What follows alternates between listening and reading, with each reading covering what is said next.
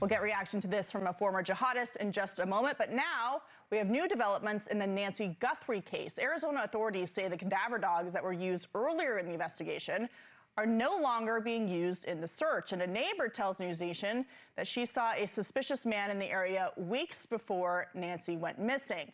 Joining us now is NewsNation senior national correspondent Brian Entin with the exclusive update, and Sergeant Betsy Brantner-Smith, National Police Association spokesperson and Pima County resident. Brian, tell us more about what you're hearing about this suspicious man who was in the neighborhood.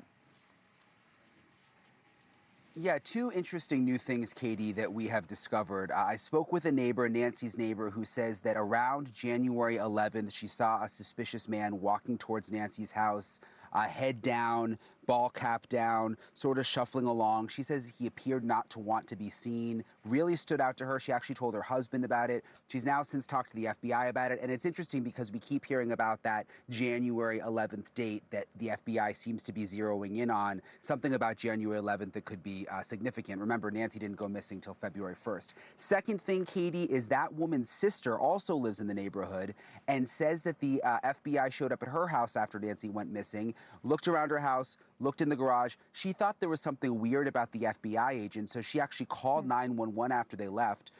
Deputies swarmed the house with more FBI and said that they thought they were fake FBI agents. This is crazy. They did a 4-hour investigation, looked for fingerprints, took DNA samples, left her house. She was terrified. The next day they call her and say, oh, actually went back and checked, and they were real FBI agents, which just kind of shows how disorganized this whole thing was in the beginning, Katie. To say the least, yeah. Betsy, what do you make of authorities no longer using cadaver dogs in their search? And for people who are unfamiliar, how accurate are cadaver dogs if they're used in a crime scene like this? Well, they can be very accurate. I used to run my agency's canine unit, and cadaver dogs are trained for a specific smell, obviously, basically decaying flesh. And the fact that they're not being used could optimistically mean that they have something else where they don't feel like they're looking for a deceased body. So, the fact that they're not using cadaver dogs right now could be a real optimistic sign, but I'm going to guess if they don't have someone in custody or don't find Mrs. Guthrie soon, dead or alive, they'll go back to searching additional areas. But Katie, Pima County is a huge area, and we've got everything from mountains to water to desert. So they need to narrow down where to search to bring back the cadaver dogs. Yeah, Pima County, and then of course Arizona is a big state, and Mexico is just 60 minutes away to the south. Brian, I think that one of the biggest fears here for people who are watching this case and feeling like there's nowhere to go is that it goes cold.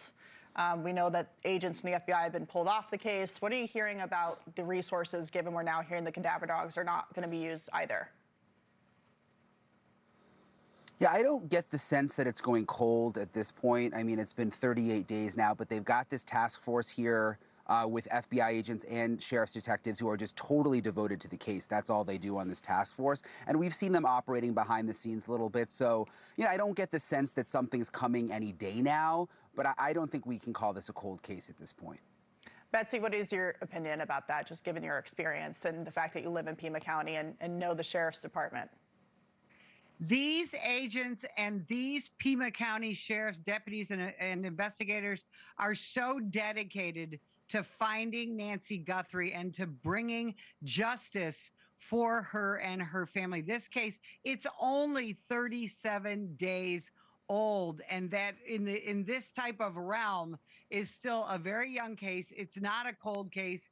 Just because it's not in the media every single day does not mean that task force isn't working 24 hours a day to find her and get justice for her and her family. Yeah, Betsy, we've heard a lot of really positive things about sheriff's deputies, but we've heard some concerns about the way that Sheriff Chris Nanos has handled this case. What are you hearing about his leadership and whether the mistakes that were made early on in this case have led to this point now where they're feeling like they don't have a lot to go on? Locally, Sheriff Chris Nanos has always been known as a lousy leader. There's no other way to say it. Thank you for watching. Subscribe below and download our NewsNation app right now on your phone, and you will get fact-based, unbiased news for all Americans.